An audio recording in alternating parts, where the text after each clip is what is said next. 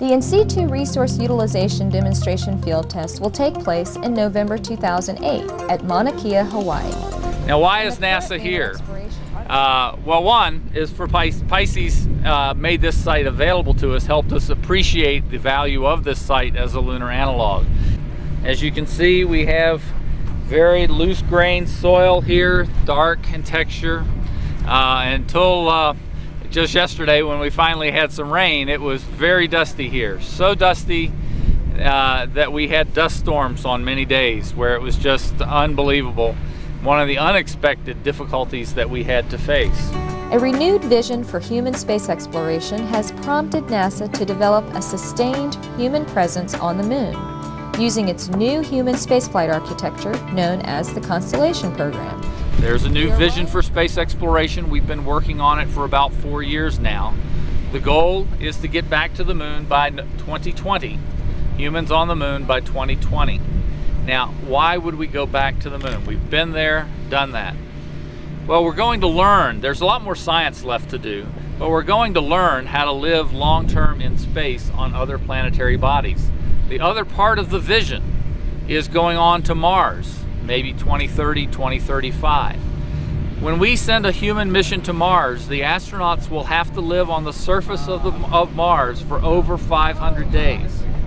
So we have got to learn to live in a harsh environment so that we can test all this stuff out. We're going to go to the Moon, test a lot of the technologies out where if they break, well, it's 3 days to get home and it's kind of a safe place to go test in a harsh environment. We've got to have it all working and reliable enough so that when we get to Mars, we're really ready to survive on our own. No logistics train is available for over 500 days. Now, logistics.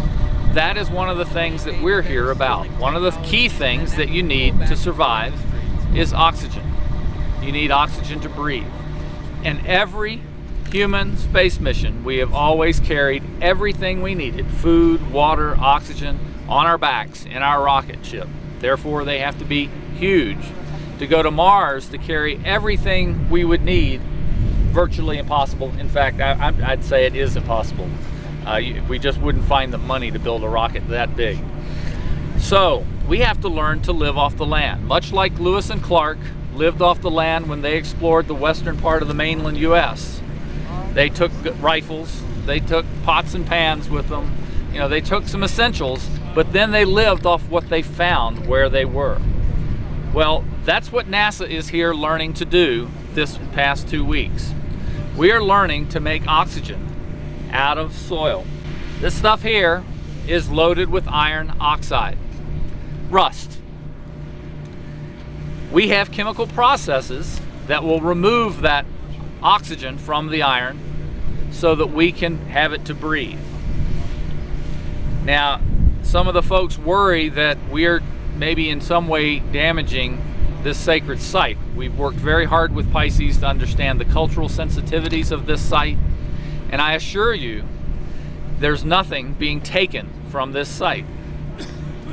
This is rust. Doesn't look very rusty because it's wet today. If I take the oxygen off of it, it becomes iron. I dump it back on the ground, what's going to happen to iron in a couple of weeks? It will rust again.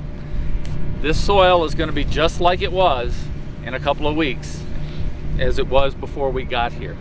So we are digging up a little soil, we are processing it in a chemical way, but all that chemical process does is remove the oxygen from the rust, and then we put the soil back down, it rusts again. So Mauna Kea will be just like we found it when we leave here. Early demonstrations of in situ resource utilization will provide lessons learned for subsequent hardware and mission concept development. So you're going to see something about living off the land. We've got 3 different experiments here. This is Resolve over here. This is intended to be a robotic precursor mission, and I'm going to go over there and tell you about that.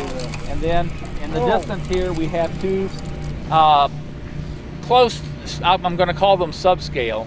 One is about 1/3 scale, the other is about 2/3 scale. One's 2/3 and one's 1/4 scale of what it would take to produce the oxygen for an outpost on the Moon. By 2020, astronauts will return to the Moon to live and work on the surface. all made possible with the aid of successful testing of analog systems and procedures in simulated environments here on Earth.